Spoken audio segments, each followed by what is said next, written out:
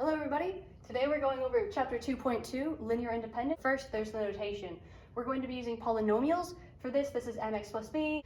This is all interchangeable. You're going to see it in all sorts of different formats. Big one is that it's some constant added to a scaled x. The reason why that's important is because this is what you get when you add x. You get all of the positive slopes. However, when you subtract x, you get all of the negative slopes. So that is why they are two different domains, is because these are two different types of graphs. Again, that doesn't exist. That was a mistake.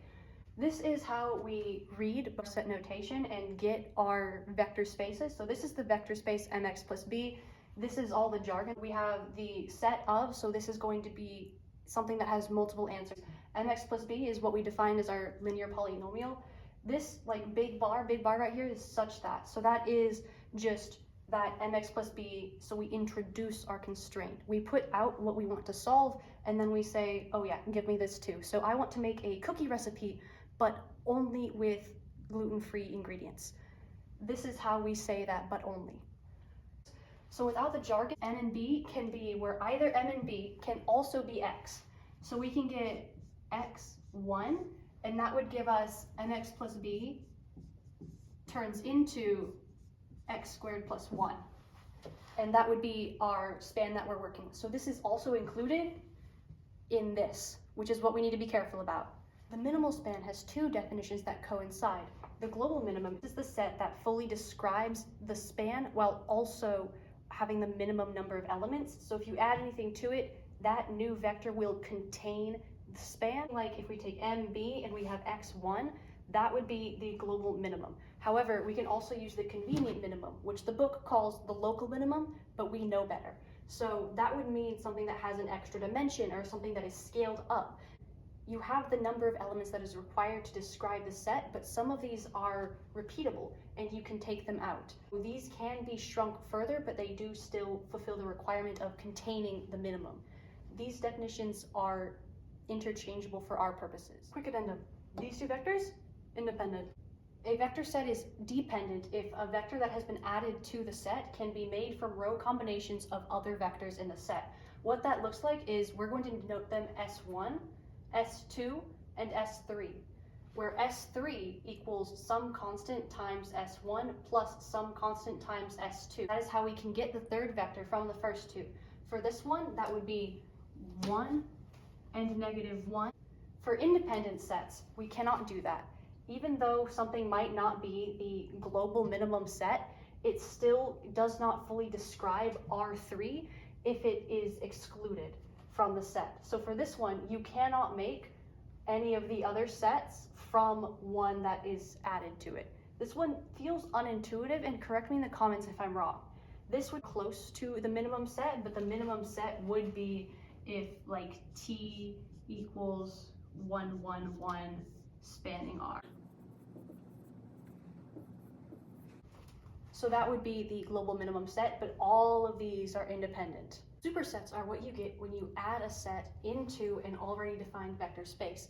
The dependence and independence of supersets are defined as if it's an independent one, then it can either be dependent or independent when you add a completely new vector to it. In this case, since you can make the third vector from the first two, still dependent. This case, you cannot make the third dimension from only 2 dimensions of the first vectors. Also, if it's already dependent, no matter what you add, nothing will change the fact that it's a dependent set. Subsets are the inverse of a superset, where you take an element out. For independent sets, taking a subset of that, because the independent set already describes the full span that's needed, when you take out an element, you're still left with a full description of a new set. So you're always removing descriptions of the span whenever you take out a new element. And that's why an independent set will always have independent subsets. For dependent sets, having an independent subset is debatable, where every dependent set will have a linearly independent subset of its own vector space. However, it is easy to get to another dependent subset. This is equivalent to what we've already talked about. This is the table that's in the book with more information and examples. Pause if you want anything from it. Now to the final boss, parameterization. On infinity, we have the problem given to us in discrete vectors like A, B, and C. Putting them into set form as vectors gives us S is vector 1, vector 2, and vector 3. Now, remember earlier when we were proving dependence, we had S3 set equal to S1 and S2 times some constants. We can rearrange, put the S3 with a constant on this side and set it all equal to 0. When we plug in our vectors into this, we get 0 to C1, vector 1, C2, vector 2, C3, vector 3. And for simple use, I've made this a 0 vector, and that's our row 1, row 2, and row 3. And now we can just look right across for row 1, row 2, and row 3. And that will get us our home vector to start doing Gaussian elimination on. To get our home row into a place where we're ready to start doing variables and taking them out, we got to get at least one 0 or as close to echelon form as we can. We take negative row 2 plus row 1. I want to get only one variable in our third column right. And when we do that, we do see that 1, 4, and negative 3, negative 12 look like they're factors of each other. So taking negative row 3 and dividing it by 3 gets us 2 identical rows. Just subtract one from the other and end up with this fantabulous free row right here. So that's our linear dependent. We are going to set our other two in terms of this third row. And when we take that third row and simplify it more, because I don't want 3 variables here, it's much easier if there's only 2 that we're working with, and set it to negative 3 row 1 plus row 2, negative 3 plus 3, and negative 12 plus 24.